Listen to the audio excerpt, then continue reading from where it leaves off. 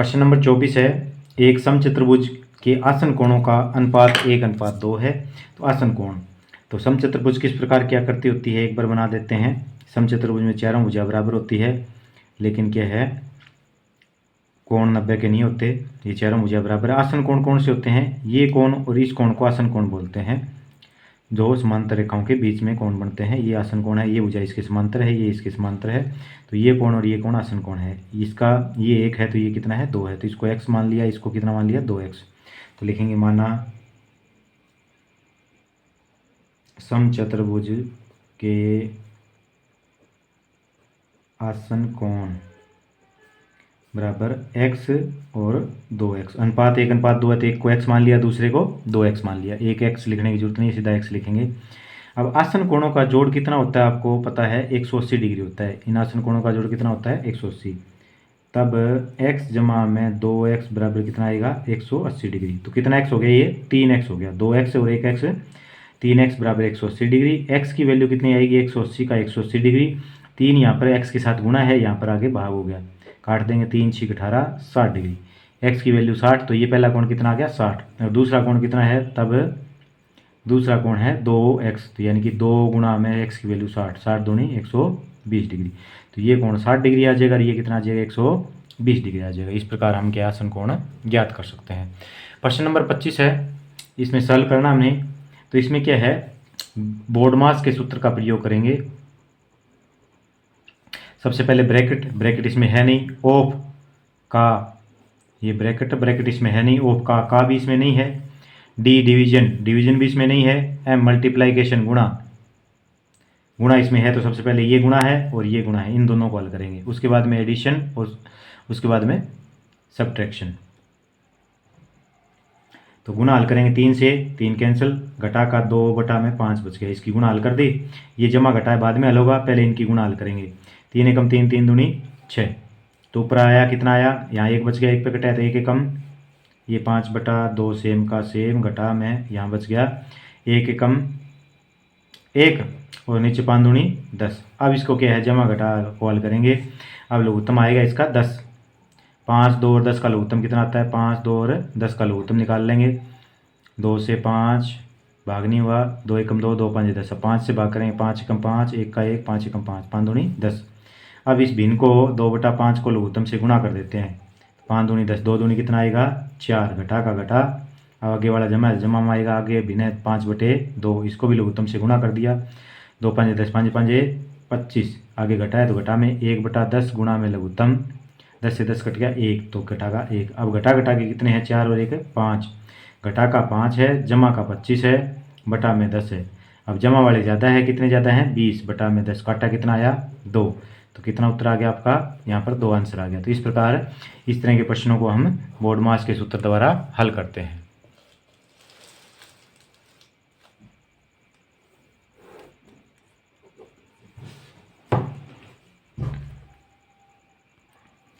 प्रश्न नंबर 26 है, 5,000 रुपये का 3 वर्ष का 20% वार्षिक चक्रवृद्धि ब्याज से मिश्र धन ज्ञात करो। तो चक्रवृद्धि मिश्र धन का सूत्र लिखते हैं पहले। चक्रवृद्धि मिश्र धन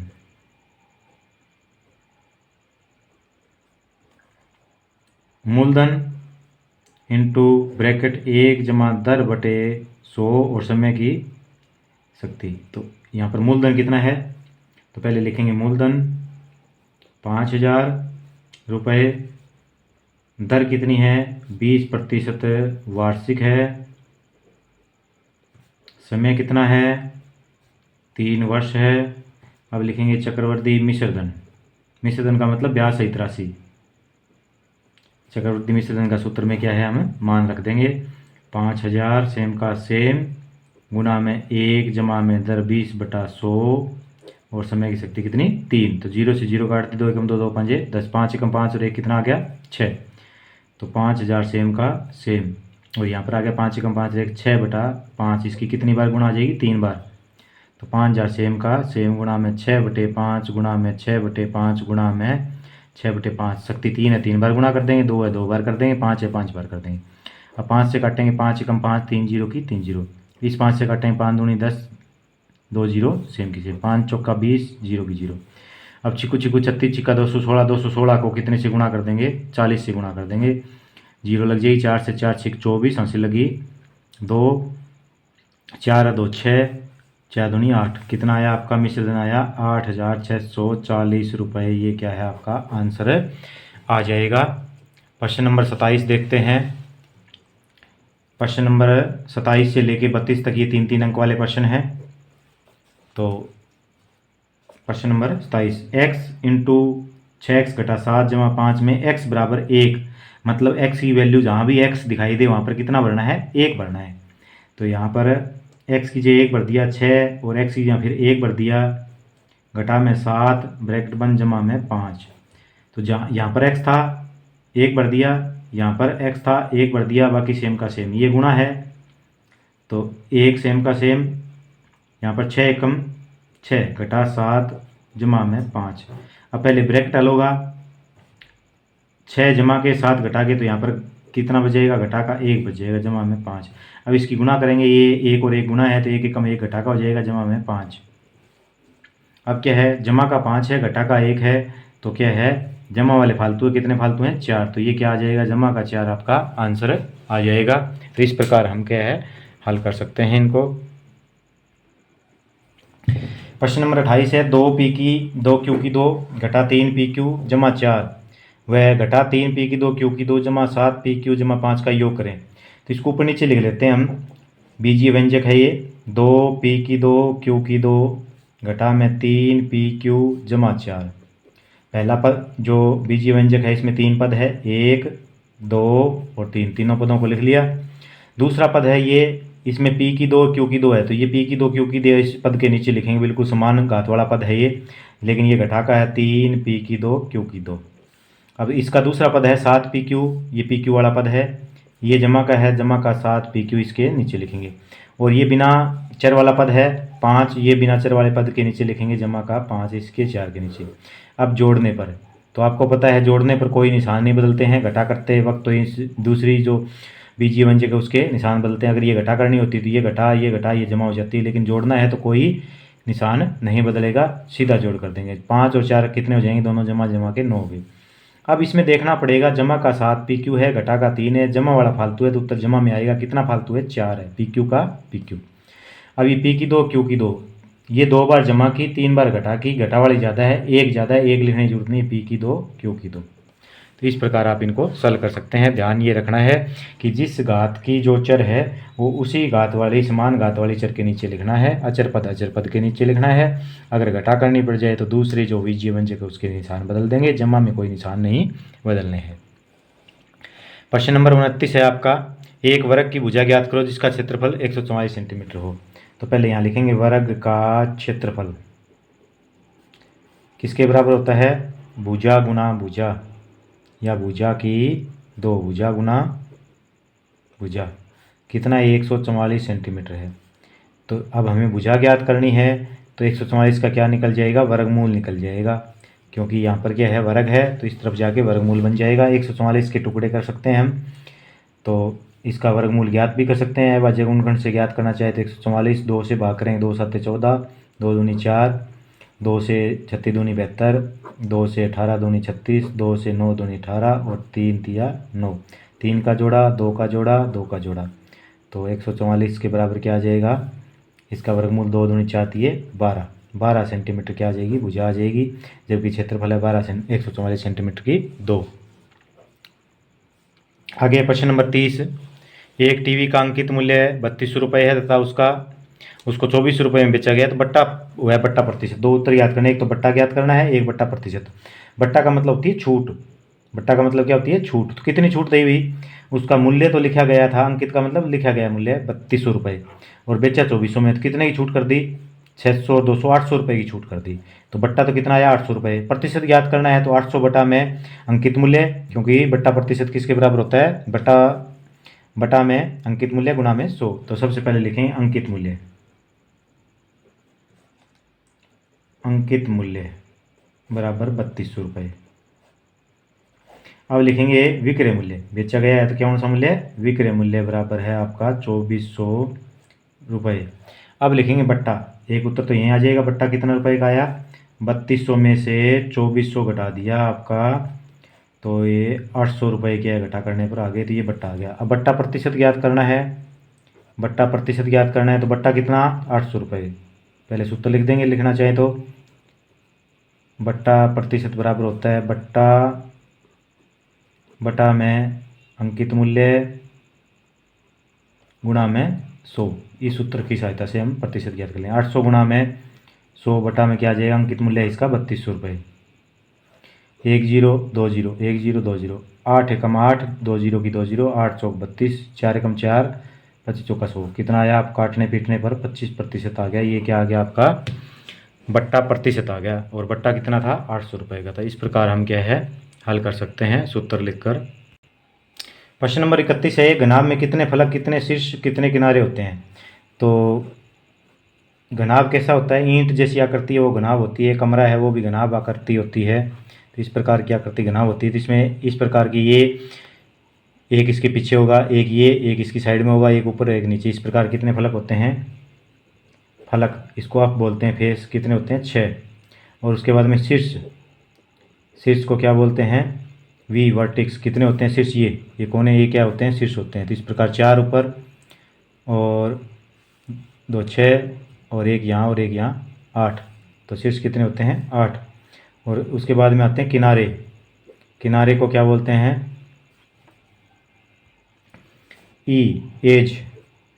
किनारे कितने होते हैं 1 2 3 4, 4 ये 8 और 4 ये 12। तो किनारे कितने होते हैं 12। इसमें आपस में एक संबंध भी होता है कि F जमा में V घटा में E बराबर 2, यानी कि आप फलक और शीर्ष को जोड़ दो, कितने हो गए 14, और इसमें से किनारे घटाएंगे तो कितना उत्तर आएगा 2 उत्तर आएगा। इसको आयलर का सूत्र बोलते हैं। क्या बोलते हैं इसको, आयलर का सूत्र भी बोलते हैं।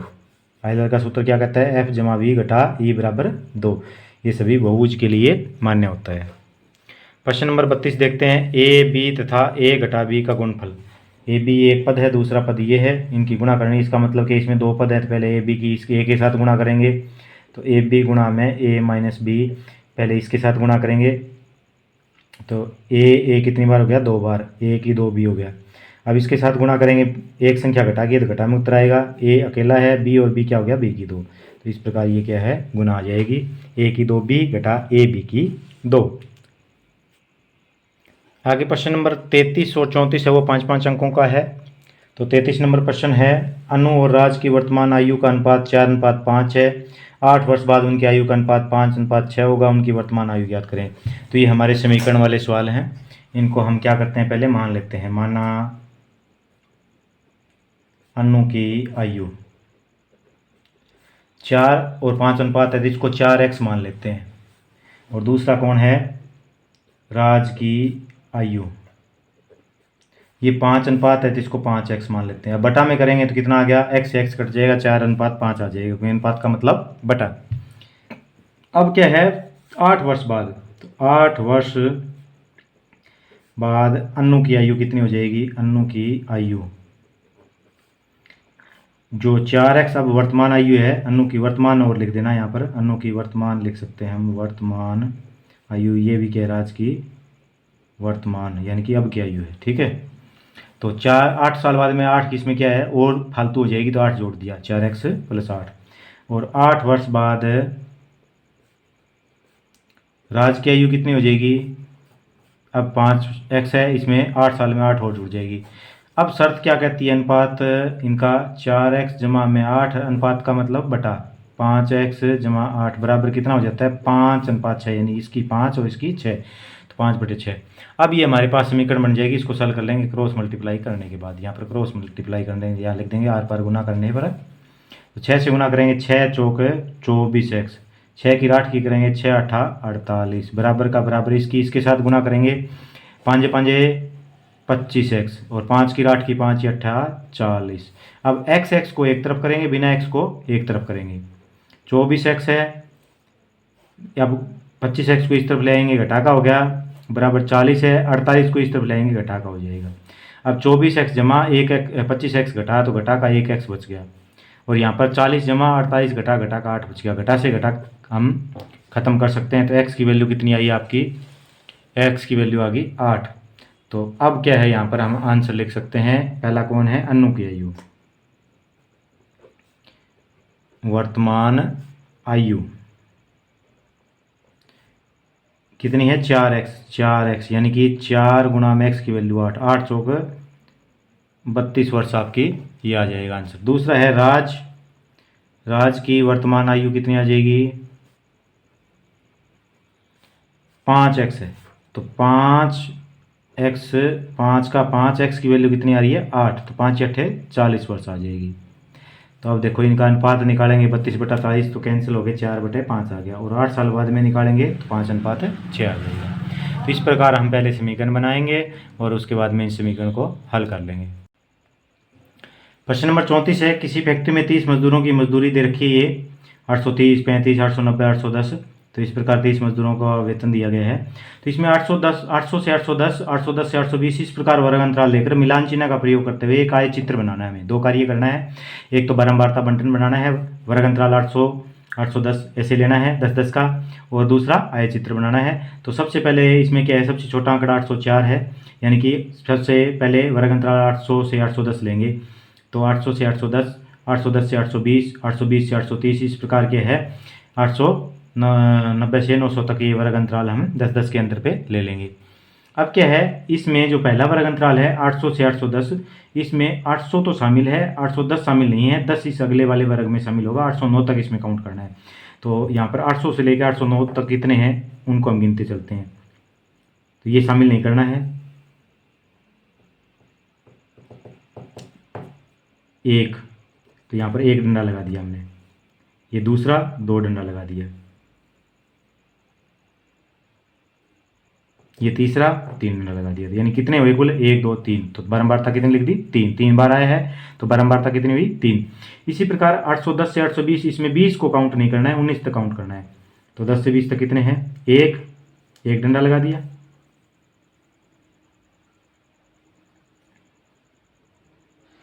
ये दूसरा 2 डंडे लगा दिए, और कोई भी नहीं है। तो इस प्रकार इनकी क्या है, हम यहाँ पर संख्या गिन लेते हैं, कितनी कितनी संख्या है वो यहाँ पर मिलान चिन्ह से क्या है हम काउंट करते रहेंगे। यहाँ पर बारंबारता लेते हैं, योग कितना आ जाएगा 30 आ जाएगा, क्योंकि 30 मजदूर है। अगर ये आपका योग 30 नहीं आ रहा है, इसका मतलब आपका कहीं न कहीं काउंटिंग में गलती हुई है। तो सबसे पहला तो ये बारंबारता बंटन बनाना है, इसको बारंबारता बंटन बोलते हैं। इसके बाद में आय चित्र कैसे बनाएंगे, विभिन्न आयतों के माध्यम से इसको प्रकट करना आय चित्र कहलाता है। तो इसके लिए क्या है, एक आधार ले लेंगे और एक लंब ले लेंगे। तो इसमें क्या है, आधार के ऊपर क्या है, ये जो बारंबार जो वर्ग अंतराल है 800 810 ये नोट कर देंगे। यहाँ पर पहला 0 से सबसे पहले 800 से शुरू करेंगे, तो यहाँ पर क्या है, ये कट लगा के एक वर्ग छोड़ देंगे, इसमें कट लगा देंगे। पहला 800, दूसरा 810, 820, 830, 840 ऐसे 900 तक दर्शा देंगे। और अब क्या है, इसमें बारंबारता है, यानी कि मजदूरों की संख्या उसको कितने अधिकतम कितनी है, इसमें 9 तक है। तो 9 10 से इसमें खाने 1-1 सेंटीमीटर की बना लेंगे, या ग्राफ पेज पे बना देंगे। 0 1 2 3 ऐसे 9 तक ले लेंगे। अब सबसे पहले है कि 800 से जो है वो कितना है, 3 उसकी बारंबारता है। तो 800 के ऊपर क्या है, इसकी ऊंचाई 3 तक ले लेंगे, और 3 वाला वर्ग ये आयत पूरा बना देंगे इसका। उसके बाद में दूसरा 810 से 820 वाला कितना है, इसकी बारंबारता 2 है, तो इसको 2 ऊंचाई तक क्या है यहाँ पर आयत बना देंगे। उसके बाद में 20 से 30 तक कितना है, 1 है, तो इसको 1 ऊंचाई तक आयत बना देंगे। उसके बाद में 30 से 40 तक कितना है, 30 से 40 तक 9 है, तो इसको 9 ऊंचाई तक क्या है आयत बना देंगे। तो इस प्रकार हम क्या है, ये वर्ग अंतराल की जितनी ऊंचाई है उतनी ऊंचाई तक आयत बनाकर इसको हम आय चित्र के रूप में एक ग्राफ बना सकते हैं, आय चित्र बना सकते हैं। तो ये आपका आय चित्र प्राप्त हो जाता है।